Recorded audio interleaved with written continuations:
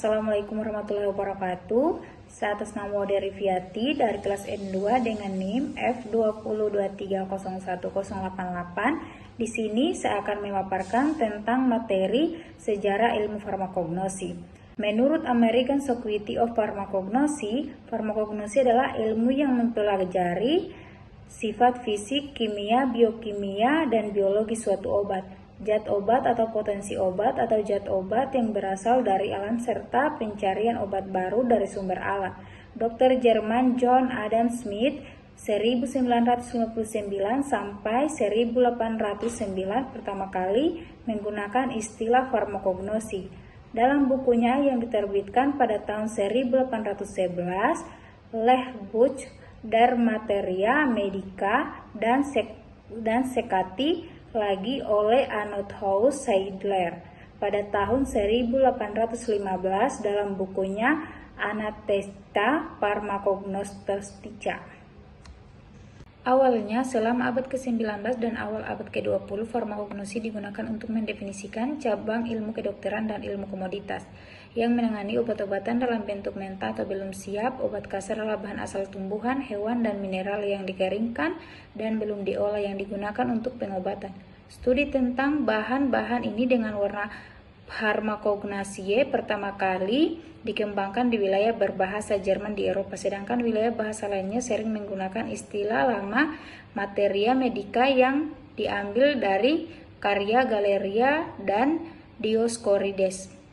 Di Jerman, istilah Drogenkunde, ilmu obat-obatan mentah, juga digunakan secara sinonim. Selain definisi yang disebutkan sebelumnya, American Society of Pharmacognosy mendefinisikan farmakognosi sebagai studi tentang molekul produk alami, biasanya metabolit sekunder, yang berguna untuk sifat obat, ekologi, pengecapan, atau sifat fungsional lainnya.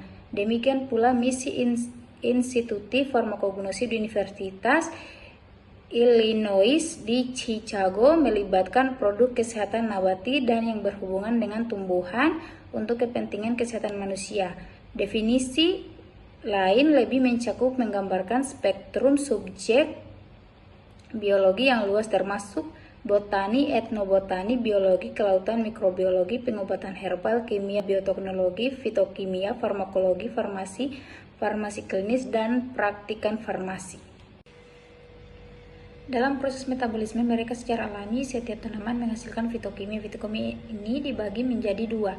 Yang pertama, metabolit primer seperti gula dan lemak yang ditemukan di setiap tanaman, dan yang kedua, metabolit sekunder, yaitu senyawa yang mempunyai fungsi lebih spesifik pada jumlah tumbuhan yang lebih sedikit. Misalnya, metabolit sekunder seperti racun yang digunakan oleh tanaman untuk mencegah predasi dan feromon yang digunakan oleh serangga untuk penyerbukan dapat diubah menjadi obat, contohnya termasuk inulin dan wortel dahlia, guanine dan cinchona, THC dan CBD dari bunga ganja, morfin dan kodein dari popi, dan digosin dari foxglove.